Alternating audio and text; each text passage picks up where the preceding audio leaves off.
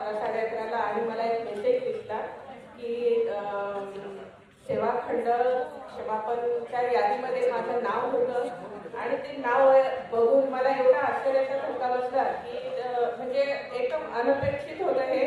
कारण याच्यापूर्वी ज्या ज्या याद्या येत होत्या त्यामध्ये माझं कुठंच नाव नसायचं, कुठंच यादीत नाव नसायचं. पण काल ते नाव बघितल्यावर खूपच सुखद धक्का बसला.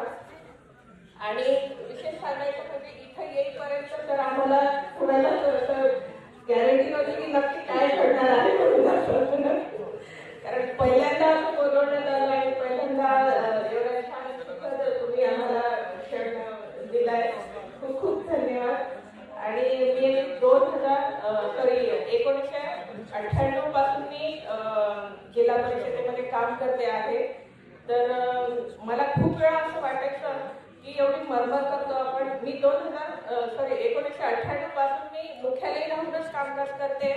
तर म्हणजे विथ फॅमिली, लग्नाच्या आधी वडिलांसोबत राहायचे, लग्नानंतर मुलांना घेऊन, मिस्टरांना घेऊन. माझे मिस्टर पण जिल्हा परिषदेतच आहेत. खूप अडचणी येतात इंटेरियरला काम करताना, पण तेवढ्या अडचणींवर मात करूनही आम्ही सेवा देत असतो. कधी कधी असं वाटायचं की ह्या सेवेची कधी पावती मिळेल आपल्याला. म्हणजे भगवान के घर देर होतीये, अंधेर नाही होतीये, हे आज मला पटलं. आणि हे सगळे भगवान इथं बसलेले आहेत. आंबेडकर सरांच्या स्वरूपात आपल्याला ते भगवान मिळालेले आहेत असं मला आज वाटतंय.